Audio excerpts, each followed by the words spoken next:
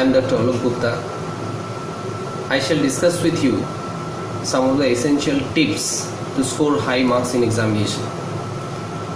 My friends, I have got the opportunity to work as an examiner of different institutions, universities, etc. And for the last 12 years or so, I have been teaching in different government institutions or private institutions of repute. And I have seen that, I have observed that many good students even fail to score good marks in examination due to lack of some basic understanding.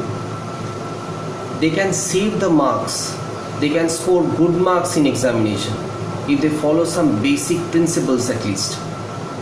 During my days when I was a student, I did not understand these are so much important. But as an examiner, as a paper evaluator, I have seen that these basic things also lead to reducing of marks of many students. So my dear friends, please let us discuss, let us go through the points, some essential tips, some golden tips to score good marks in examination.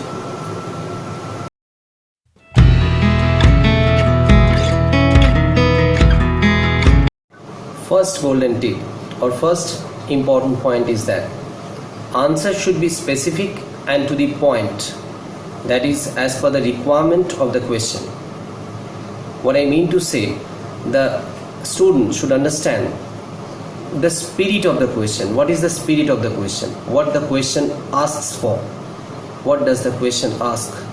Okay, so because it is very much important to understand, it differentiates between the quality of a good answer and an average answer. For example, let us take an example. The question is, suppose, what does gross profit ratio imply? Or what does gross profit ratio signify? Or what is indicated by gross profit ratio? All the three have the same meaning. That means all the questions have actually asked for the utility or importance of gross profit ratio. In short, it is called GP ratio. Don't think that sir is talking about a commerce question. No. That is not only about commerce. Try to understand the spirit of the point. If the question is what does GP ratio imply, that means you should answer in such a way that it should reflect the importance or utility of GP ratio. But unfortunately, most of the times we see that students answer in this type of questions. Students give the definition of GP ratio or students give the formula of GP ratio. In this way, that their answer will be GP ratio is the relation between gross profit and sales of an organization relating to any specific period of time, and the formula is gross profit by net sales into 100. But please try to understand, this is a wrong answer. This is a wrong answer, because it is the definition of GP ratio, it is the formula of GP ratio, but the question was not write down the definition of GP ratio. The question was, what does GP ratio imply?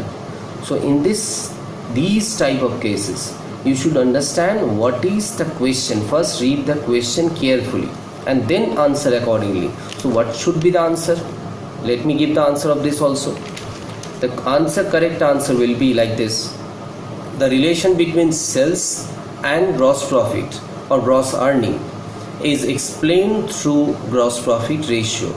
This should be the first sentence. The relation between gross profit and sales of any organization relating to any period of time is explained through GP ratio. It is used to measure profitability and managerial efficiency. Okay, it shows the profit earned as a percentage of sales after matching direct expenses. So this is a brief answer. What does GP ratio imply or what is indicated by GP ratio? If the marks given is more, you can also continue in this way, like a higher GP ratio is favorable for earning sufficient net profit after meeting indirect or incidental expenses. So a high GP ratio indicates more profitability and managerial efficiency, and on the contrary, a low GP ratio reveals weak profitability and managerial inefficiency.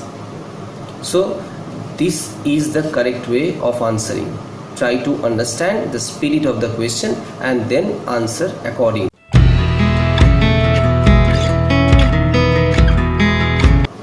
The second important tip or second important point is that the length of the answer should be in accordance with the marks allotted for a question. That means the length of the answer should not be too lengthy as compared to the marks allotted to the question, or it should not be too short as per the marks allotted to the question for a question. Suppose a student has prepared a question for 10 marks or 8 marks, but the question comes in examination for 4 marks or 3 marks, suppose. In many of the cases we see that students fail to cut short the answer because he prepared it for 10 marks and he fails to write it suitably for a 3 or 4 marks question. So always learn to write answers as per the marks allotted to the question. But please be careful, when you cut short the answer, don't cut it from anywhere. That means I have written the first 3 lines and then I have cut the entire rest portion. No, it should not be done. First you should try to understand what is the main part of the answer. You should write the crux of the answer in 3 or 4 marks accordingly. But when the marks given is more, you can explain the matter, you can give examples, more and more examples, etc. You can write the advantages, disadvantages, features, etc. But when it comes for 3-4 marks, you write it accordingly. So if you fail to do that, we have seen that students write for 2 or 3 marks pages after pages, because it is mostly because he prepared or she prepared the question for 10 marks or 5 marks, and when it comes for 2 marks she fails to write it in a short form. So always try to write the answer according to the marks allotted to the question. Otherwise what will happen, the entire question paper you will not perhaps be able to complete the answers of the entire question paper. Okay, and in this case what is the consequence? It may happen that the rest part of the answers or the last answers that you attempt in exam hall, even if you finish, the quality of the answers, the length of the answers will be much less as compared to the marks allotted. So if you prepare properly, then you can complete the answer properly.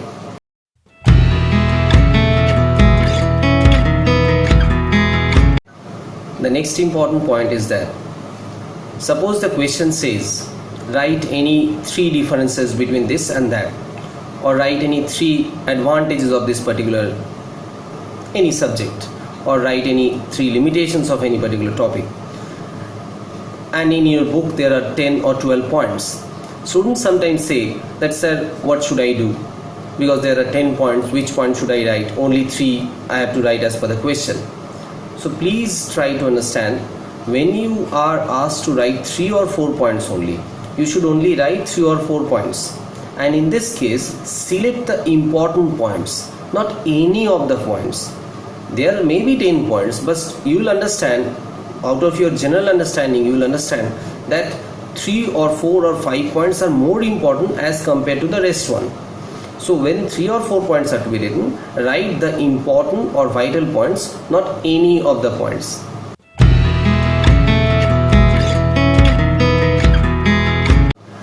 The next point, it may seem that it is very silly point, very less important, but we face this in at least 50% of the answer scripts we evaluate.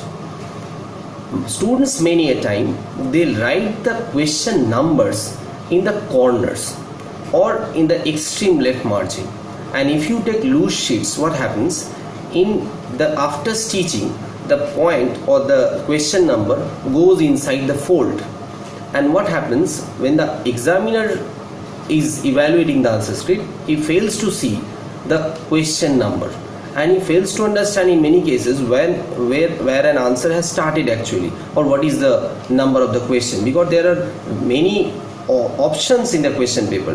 So whether you have attempted 3A or 3B or 3C, that is first to be understood by the examiner.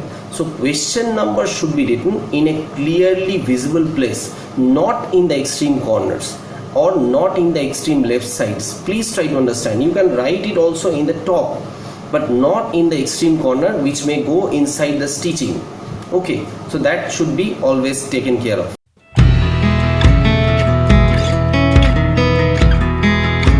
The next important point is that give at least 2-3 lines gap between two answers to segregate them properly, so that an examiner can understand where the previous one answer has finished and the next one has started.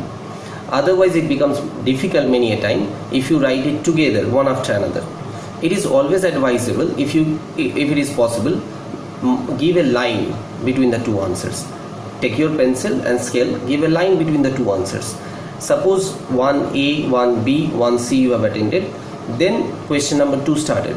So between 1A, between 1A and B, B and C, you give a single line when an answer has completed. When 1A, B, C, all the 3 have finished and you are going to start second answer, that is question number 2, it is better to give double lines. So examiner can clearly identify he has finished or the student has finished question number A completely. But please remember, if otherwise something is mentioned in the examination system, that should be followed. Sometimes it is mentioned that every answer should be started in a fresh page. If it is mentioned, then only you do that. Otherwise it is not necessary, because it leads to wastage of papers. So giving 2-3 line gaps will be sufficient, and if you can give a line between the two, that is very much advisable or appreciable.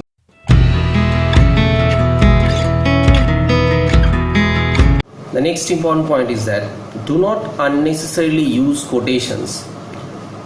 Do not unnecessarily use quotations in your answers. Try to answer in your own language, because the examination system does not want you to make you memorize everything. You should understand the things and you should be able to express it in your own words. Yes, if you want to write it, then write it properly. Every word within the quotation should be proper. Otherwise it is advisable, you may write it in this way. Suppose in the words of Philip Kotler, then you can give without quotation, you can write his view and you can finish in this way. Otherwise, don't think, many students think that if I use quotations then only I will be able to score good marks. That is not the question. Okay.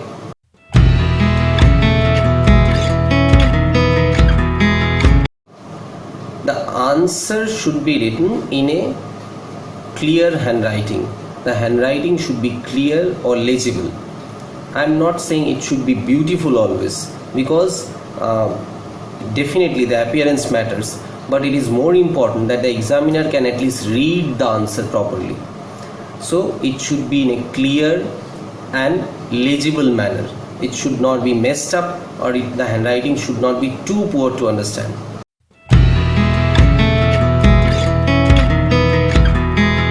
The next thing is that do not write questions in answer script.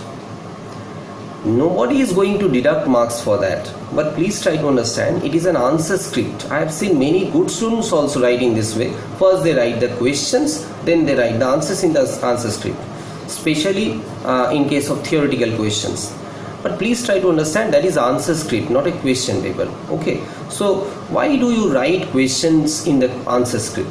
Give question number for that and you directly write the answers. You don't need to write the questions in the answer scripts.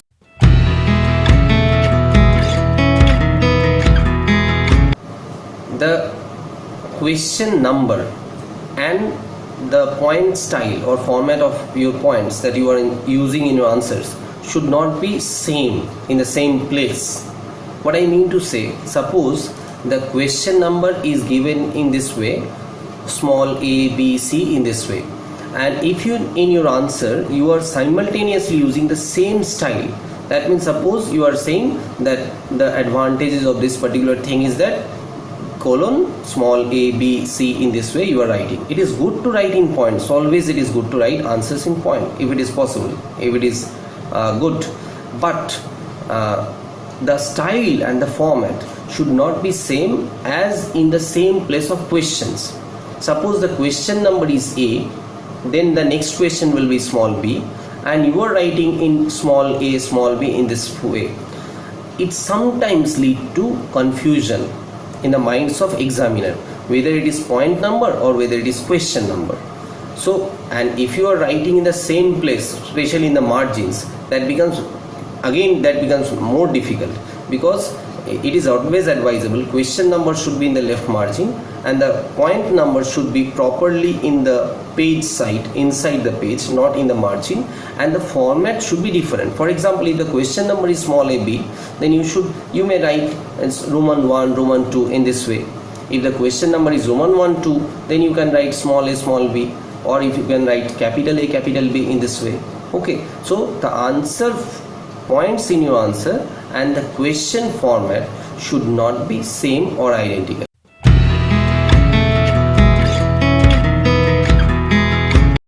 The next, last but not the least, very important point is that plan well in advance about time management in exam hall. How much time should I take to answer a question, or how should I proceed in the exam hall, so that the entire answers will be of similar standard and the entire marks will be good. Suppose the time available in an exam hall for an exam of 100 marks, suppose it is 4 hours. 4 hours means 240 minutes. So if you think in terms of 240 minutes, then that may be wrong to some extent. First of all, plan that in this way. If 240 minutes is available, out of that 15 minutes I have to spend for teaching, signature, etc. Then 15 minutes will be for final revision, at least I should take. So 15 plus 15, 30 minutes I should keep aside, and the balance 210 minutes is actually available for completing 100 marks. That means for every 10 marks I have 21 minutes. Think in this way, for every 10 marks I have 21 minutes. Don't plan in terms of every 1 mark. That will lead to escalation of your tension. I am telling that if one answer is to be completed within 10 marks is to be completed within 21 minutes, that means more or less 20 minutes you should target to complete an answer. So within an hour you are able to complete 30 marks. More or less, if you can proceed in this way, suppose after 1 hour if you check whether I have completed 30 marks, yes, I have completed more or less. Or if I have taken 5 minutes more, next 30 marks I will complete within 5 minutes less. This you should continuously check. Otherwise, if you think somehow I have completed only 15 marks in the first hour, in the second hour I have completed 20 marks, somehow I will manage in the last 2 hours, that will not happen, my dear friend. That is very much difficult, and that will make disturbance in the standard of your answer script. So it is always better to plan in this way, to proceed in this way, that within an hour I will complete 30 marks and I will proceed in this way. Then only within 3 hours and 30 minutes actually you will be able to complete your answer script, and finally within 4 hours conveniently you will complete and you will be able to complete the answer script properly. So all the best for your future examinations and for your future. All the best.